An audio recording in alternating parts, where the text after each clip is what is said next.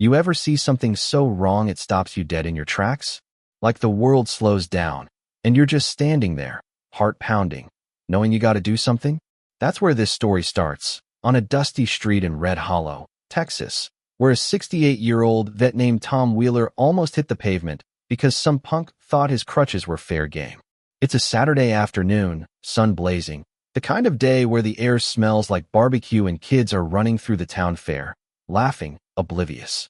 Tom's there, leaning on his battered crutches, one leg gone from a war nobody talks about anymore. He's not asking for pity, never has, just wants to feel the hum of life around him, you know? He's got this quiet pride, the kind that comes from carrying scars nobody sees. But to most folks in Red Hollow, he's just the old guy with the limp, the one they nod at and forget by the time they turn the corner. So, Tom's standing there, watching the fair from the sidelines, when trouble kicks up. There's this security guard, Jared Klein, maybe 25, all puffed up with a badge he thinks makes him king. He's working the fair, hired by the local HOA, which, let's be real, runs this town like it's their personal playground. Jared's got his sights on a homeless guy rummaging near a food stall, some poor soul named Eddie, who's just trying to snag a half-eaten corn dog. Jared's not having it. He's shoving Eddie, barking, "Get out of here, you filthy leech," loud enough to turn heads. The crowd shifts, uneasy, but nobody moves. Nobody except Tom.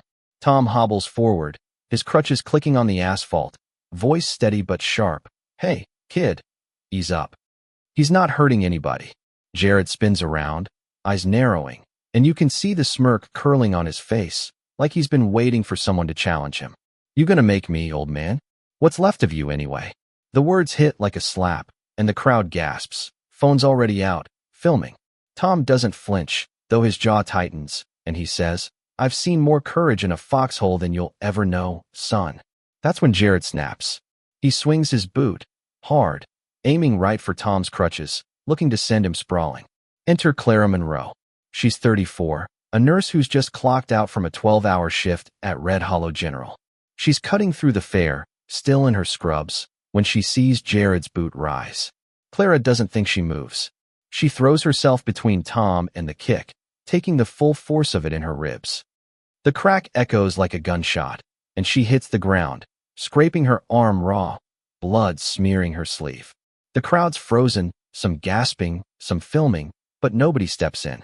Tom stumbles, barely catching himself on one crutch, staring at Clara like she's some kind of angel.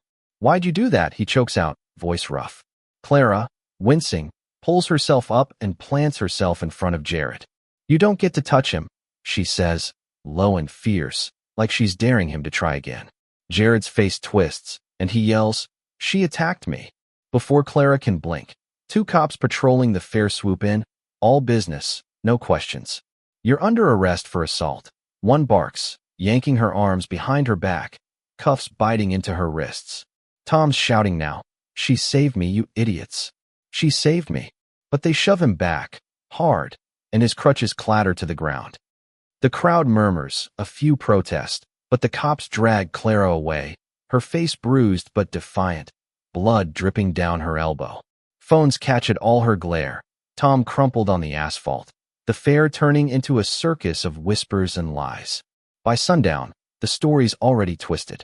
Local news runs with "Nurse attacks security guard at family fair," flashing a clipped video that shows only Clara colliding with Jared, not his boot aiming for Tom's crutches.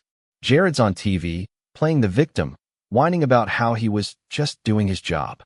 The HOA backs him up, calling Clara unhinged, and the headlines pile on. Local veteran sparks chaos. Tom tries to tell his side, limping to the news van, voice shaking. "She took the hit for me. That guard's the one who swung first." But the mics turn away, and one reporter even cuts him off, airing a shaky clip of him struggling on his crutches with a caption that stings worse than any wound. "Unstable vet fuels trouble." Clara's booked at the county jail, her injuries ignored, a cop sneering, "Hope it was worth it, lady. Whole town thinks you're a thug now." She doesn't answer, just presses her palms together, steadying herself. She's not thinking about the headliness, thinking about Tom, alone out there, his crutches splintered, his dignity trampled. Meanwhile, Tom's back at his tiny apartment, sitting on the curb, crutches propped against the wall. He's trembling, not from cold, but from a rage he hasn't felt since the war. Someone stood up for him, after all these years, and now she's the one in chains. He mutters to himself, they can break me all they want, but they won't break her. But the internet's a funny thing, it doesn't always play by the rules. By evening, someone uploads the unedited video. You see it all. Jared's boot, Clara's lunge, the blood on her arm, Tom's near fall. It spreads like wildfire, hundreds of shares, then thousands. Comments flood in. This is the real story. She's a hero. Why is she in jail? Hashtags pop off. She took the hit. Justice for Tom. Free Clara. Veterans groups share it. Nurses unions amplify it. And somewhere, 2 counties over, in a rundown biker bar filled with leather and smoke, a guy named Ray Bear Sullivan sees the clip on a cracked phone screen. Ray's a big man, grizzled, tattoos snaking up his arms, leader of a local Hells Angels chapter. He watches the video twice, his jaw tight. He knows Tom's name not personally, but from stories that float among vets, about a guy who held a line in Nam longer than anyone thought possible. Ray pauses the video on Clara's face, bruised but unbowed, and growls. They kicked a vet's crutches and caged a woman for stopping it. That ain't right. The room goes quiet, every biker waiting. Ray slams his fist on the table. If they think they can spit on loyalty like that, they don't know what's coming. He sends a text, and within minutes, engines are firing up. Word spreads fast, no flyers, no speeches, just a call that moves like lightning through biker chapters. By nightfall, 60 Harleys are tearing down the highway, headlights slicing the dark, Ray leading the pack. They're not loud for show, not revving to flex, just riding with purpose. A tight formation that makes cars pull over, some in awe, some in fear. Back in Red Hollow, whispers hit the diner. The Angels are coming. A waitress checks her phone, pale. For who? A trucker answers, for the vet. For the nurse. Tom hears the first rumble from his apartment, low at first, like distant thunder. He grips his crutches, heart pounding. They're not coming, he tells himself, because hope's a dangerous thing when you've been forgotten so long.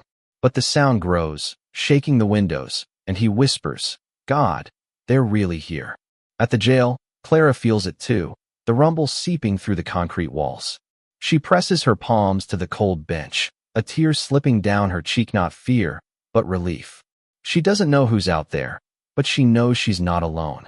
Ray's convoy hits Red Hollow just past midnight, 60 bikes lining the street outside the jail, engines idling like a heartbeat. They don't shout, don't throw punches, just park, shoulder to shoulder, helmets off, arms crossed.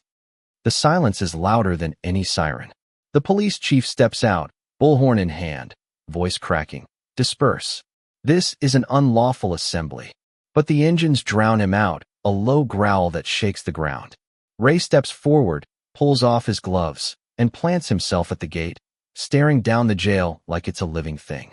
2 bikers haul chains from their saddlebags, looping them through the gates, padlocks snapping shut. The message is clear.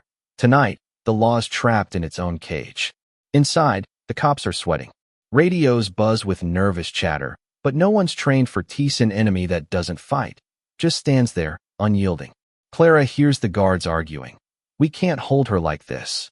If we let her go, we look weak. She stands, gripping the bars, and says, then do the right thing.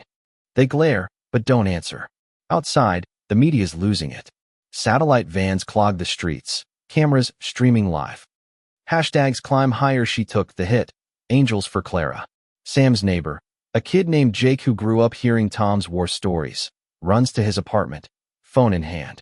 You gotta see this, Tom. Tom's eyes blur as he watches the live feed. Ray at the gate. The chains, the bikes. They came. He whispers, voice breaking. After all these years, they came. By 2 a.m., the standoff's electric. The chief's pacing, a politician in a slick suit barking orders. Hold her. Show those thugs who's boss.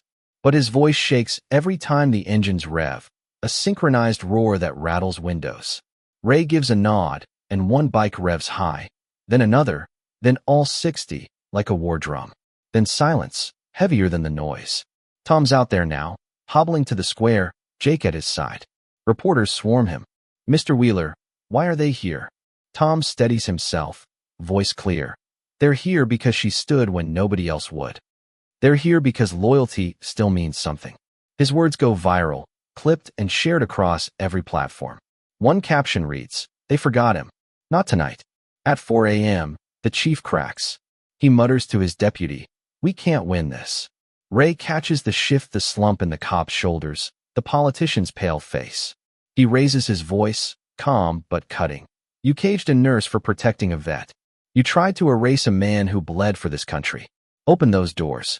The demand echoes, picked up by every mic, every stream. Inside, the politician snaps, "We don't negotiate with gangs." But the chief just shakes his head. "We're done." At 4:30, the cell door creaks open. A guard mumbles, "You're free," avoiding Clara's eyes. She steps out, heart pounding, expecting a fight, but instead she sees light. The jail doors swing wide, and the engines roar, not chaotic, but together, like thunder. Tom shouts her name, voice raw. Clara spots him in the crowd, bruised but standing. Ray steps forward, hand on her shoulder. "You don't walk alone now," he says. The bikers shift, forming two lines across the square, a corridor of chrome and leather. Clara freezes, overwhelmed. Tom limps to her, determination in every step, and grabs her arm. "You stood for me. Now look who's standing for you." They walk together, engines idling low, a rhythm like a pulse. Cameras catch every second, strangers crying, kids waving, phones lighting the night. The politician watches from a window, silent, defeated. The chief buries his face in his hands. Halfway down the corridor, a biker lifts his helmet to his chest.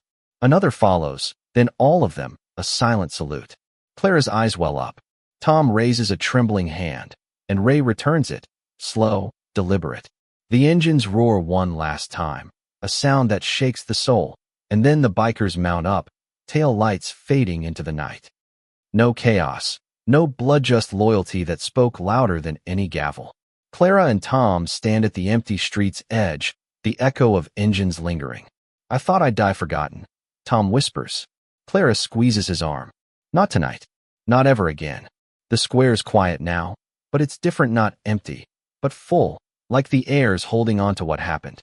Locals linger, some hugging, some staring at their phones as the story spreads.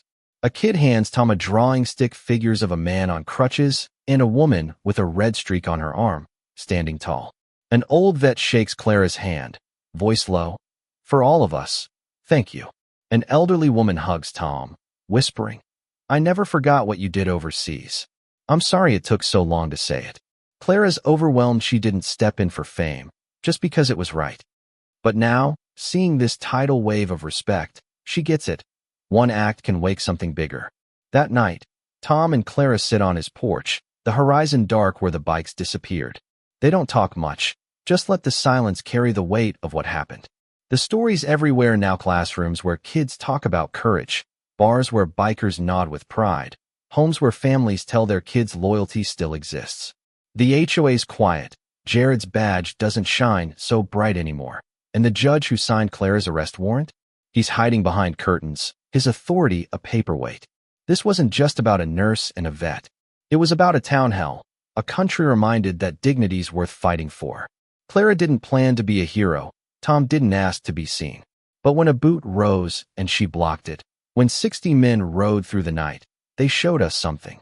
Loyalty rides louder than fear, and it doesn't kneel. So, I'm asking you, what would you have done?